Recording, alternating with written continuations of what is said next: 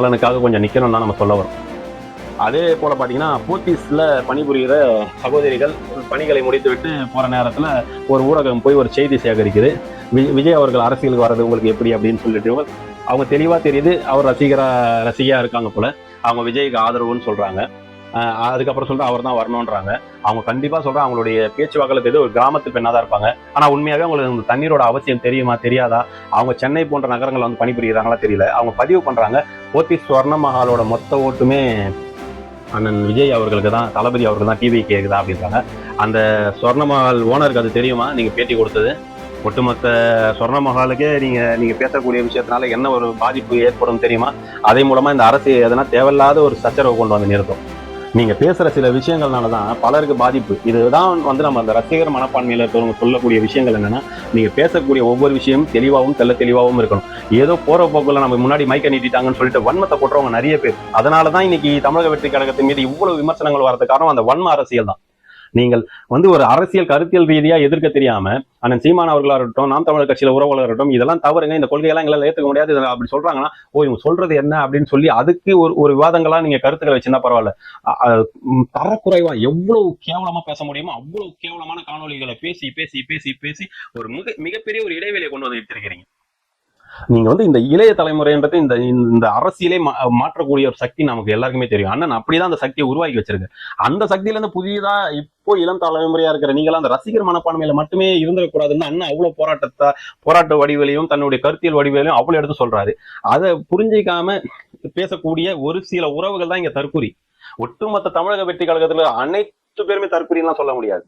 ஏன்னா எல்லாருமே படிச்சவன் ஒரு 70% பேர் இருப்பான். அவனுக்கு சிந்தனைகள் இருக்கும். அவன் பெருசா களத்துல வந்து எல்லாம் பேச மாட்டான். இந்த ஒரு 10-15% என்ன சொல்றது அடிப்படையே தெரியாம எதுக்காக நம்ம என்ன பேசுறோன்னே தெரியாது. ஒரு ஊடகம் முன்னாடி நம்ம முன்னாடி மைக்க நீட்டா என்ன வேணாலும் கண்டமேனிக்கு பேசலாம்னு சொல்லிட்டு பேசுறான் பாரு, அடிப்படை அறிவு இல்லாம. அந்த அடிப்படை அறிவு இல்லாம பேசுறவனதான் தற்கூரின்னு தான் சொல்றாங்களே தவிர ஒட்டுமொத்த தமிழக கழகத்தில் இருக்கிற மொத்த கட்சியில இருக்க யாருமே தற்கூரின்னு சொல்லல.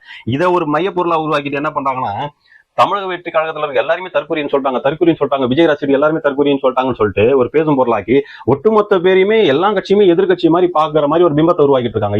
இதுதான் நம்ம இந்த அரசியல், இந்த நுணுக்கமான அரசியல தான் நம்ம சிந்திக்கக்கூடியது. நிறைய விஷயங்கள் இருக்கு. உண்மையுமே அறிவில்லாம எவன் எந்த விஷயத்தையும் செய்தாலும் அவன் தற்கூரி தான். அது அவனுக்கு தெரியாம செய்யறானோ தெரிஞ்சு செய்யறானோ அவன் செய்யற அந்த செயல் தற்கொலை செயல், அவ்வளவுதான். மற்றபடி எல்லாருமே தற்கொலை எல்லாம் கிடையாது. முதல்ல நீங்க அதை புரிஞ்சுக்கணும். உங்களுக்கு சிந்தனை ஆற்றல் இருக்கு, சிந்திக்கக்கூடிய ஆற்றல் இருக்கு, நீங்க ஒரு நல்ல விஷயங்கள் எடுத்து பேசக்கூடிய எல்லா ஆற்றலுமே உங்ககிட்ட இருக்கு. உங்களை எப்படி தற்கொலைன்னு சொல்லுவாங்க, அது முதல்ல நீங்க தான் சிந்திக்கணும். தற்கொலைன்னு எதுக்காக சொல்றாங்கன்னா, அந்த மாதிரி செயல்கள் செய்யறவன் தற்கொலை தானே. உங்க பார்வையிலே நீங்களே நிறைய இடத்துல பாத்துங்க, மாநாடு நடந்த இடத்துல பல்வேறு விஷயங்கள் நடந்ததுல ஒரு ஊடகவியலாளர், பெயர் போன ஊடகவியலாளர், ஆங்கில ஊடகத்துல இருக்கிற பணிபுரியவர் பேட்டி எடுத்துட்டு அங்க நடக்கிற விஷயங்களை காணொலி பதிவு பண்ணிட்டு வர்றாரு. அவன் முன்னாடி வந்து கூத்தடிச்சு டான்ஸ் ஆடிட்டு அவரு துண்டு போடுறான். இந்த மாதிரி விஷயங்களை பார்க்கும்போது அது தற்கொலைத்தனமான விஷயம் தானே. அதுக்கு தான் அந்த சொல்ல பயன்படுத்தப்பட்டது, அது பரவலாக பயன்படுத்தப்பட்டது. நீங்க அதை கொஞ்சம் சிந்திச்சு பார்க்கணும். எல்லாருமே தற்கொலை கிடையாது. முதல்ல அதை வந்துட்டு விஜய் ரசிகர்களா இருக்கட்டும், தமிழக வீட்டுகள உறவுகளா இருக்கட்டும், நீங்க சிந்திங்க.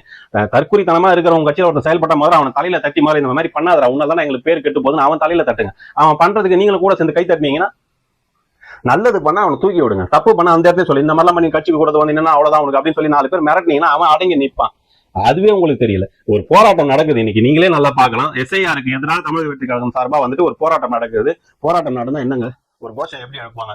ஒரு கோஷத்தை மேலையில இருக்க எழுப்பினா எதிர்க்க இருக்க எல்லாருமே அந்த கோஷத்தை திருப்பி சொல்லுவோமா சொல்ல மாட்டோமா? நாம் தமிழர் கட்சி மேடையில போய் பாருங்க. அண்ணன் எழுப்பக்கூடிய அந்த கோஷம் அந்த மேடையில இருந்து இறுதி வரிசை வரைக்கும் அந்த கோஷம் தொடர்ந்து ஒலிக்கப்படும். ஆனா இன்னைக்கு நடந்த அந்த கூட்டத்தை நீங்களே பாருங்க. மேடையில பேசுற எதிர்க்க இருக்கிற இவங்க பாதி பேர் அது அந்த கோஷத்தை கூட வாயை திறந்து சொல்லல. அது பதிவாவே இருக்கு, ஊடக நிலை காட்டுது, நீங்களே பார்க்கலாம். அவங்களுக்கு என்ன நடக்குது ஏது நடக்குது நிறைய பேருக்கு தெரியல. அந்த பக்குவப்படுத்துங்க அரசியல் தான் சொல்றோம். அவங்களும் பக்குவப்பட்ட அரசியல நிக்கணும். ஆனா தெளிவான அரசியல நிக்கிறோம். பொய்யான தேவையற்ற திராவிட கொள்கையோட நிக்கிறது தான் இங்க முரண்பட்டு நிக்கிறது. 15 ஆண்டு காலமா திராவிட அரசியல எவ்வளவு உடைத்து பேசி இன்னைக்கு தமிழ் தேசிய அரசியல் களத்துல வந்து நிக்கணும்ன்ற சூழல் வந்ததுக்கு அப்புறம் திராவிடம் சொல்லி தூக்கிட்டு வர்றதுனாலதான் இந்த ஒரு புதிய திராவிடம்ன்றது தமிழகத்தின் சாபக்கேடு. அந்த திராவிடம் என்ற கொள்கையை விஜய் விட்டாலே விஜய்க்கு மிகப்பெரிய ஒரு ஆதரவு வளையம் கிடைக்கும். அண்ணன் சீமான் அவர்களும் கூட நிக்கிறது தயாரா இருப்பாரு. அப்படிதான் ஆரம்ப காலகட்டத்தில் அண்ணன் சீமானோட கரம் கோர்த்து வர இந்த விஜய் அவர்கள் அவர் யாரும் மடைமாற்றி விட்டாங்க, திராவிடத்தை கையில தூக்குனாரு. அண்ணன் வேண்டாம்ப்பா நீ பாத்துக்க, அவ்வளவுதான், இவ்வளவுதான் முடிஞ்சு போச்சு. நீ தமிழ் தேசியம் சொல்லி என் கூட வந்து நின்று இருந்தனா மிகப்பெரிய அரசியலை மையப்படுத்தி எங்கேயோ கொண்டு வந்து நிறுத்தி இருப்போம். நீ திராவிடம் சொல்லிட்டு எதை பொசுக்கணும்னு நினைச்சு இத்தனை உறவுகள், லட்சக்கணக்கான உறவுகள் நாங்க போராடிக்கிட்டு இருக்கோமோ, நீ அதையே திரும்ப தூக்கி பிடிக்கணும்னு சொல்லி வர போதாது. காங்கிரஸை வந்து இலகுவா பாக்குறேன். இந்த 2 விஷயங்களே என்கிட்ட முரணா இருக்கு. இந்த 2த்துமே நான் வந்து தூக்கி எரிஞ்சு அடிச்சே பார்க்கணும்னு நிக்கிறேன்.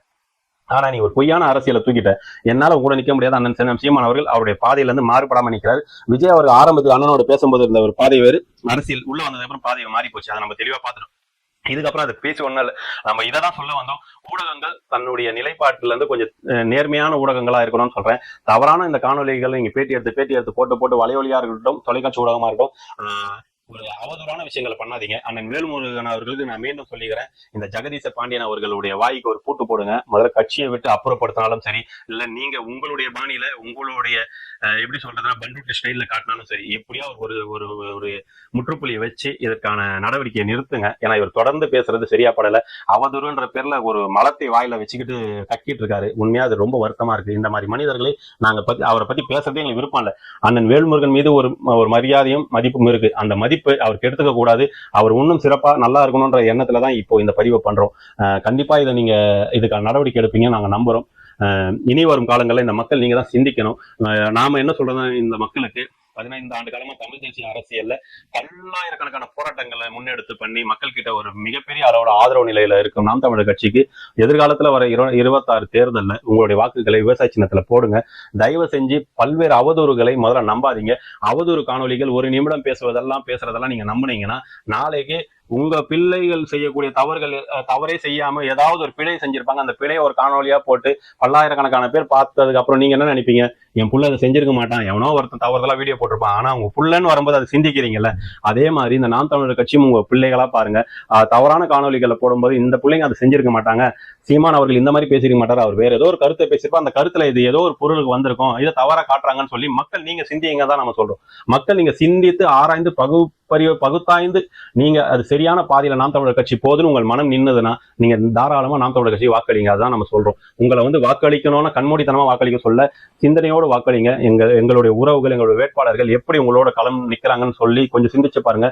நாங்க புதிதாக வரக்கூடிய கட்சிகளை எதிர்த்து நாம நிக்கல, கொள்கையை எதிர்த்து தான் நிக்கிறோம். அது புதிய கட்சியா இருக்கட்டும், பழைய கட்சியா இருக்கட்டும், கட்சி தமிழ் தேசியத்துக்கு எதிராக ஒரு கொள்கை கொண்டு ஒரு கட்சி எது வந்தாலும், அது இன்று தொடங்கப்பட்ட கட்சி புதிதாக வந்தாலும் அதை நம்ம கடுமையா எதிர்ப்போம். அந்த கடுமையா எதிர்க்கிறது கூடுதல் கடுமையாக பாரதிய ஜனதா கட்சியா இருக்கட்டும், காங்கிரஸ் கட்சியை இன்னும் கூடுதலா நாங்க எதிர்க்கிறோன்றத நாம இந்திய கட்சியிலே எதிர்க்கிறோம், தேசிய கட்சி மாநில கட்சியில நாங்க எதிர்க்கிறோம். அதை முதல்ல புரிஞ்சுக்கங்க. தமிழ்நாட்டில் ஒரு கட்சி தொடர்ந்து தனித்து 5வது முறையாக பொது தேர்தல், சட்டமன்ற தேர்தல் 3வது முறையாக சந்திக்குதுன்னா அது நாம் தமிழர் கட்சி மட்டும்தான். 234 தொகுதியும் தனித்து நிக்கிறாங்க.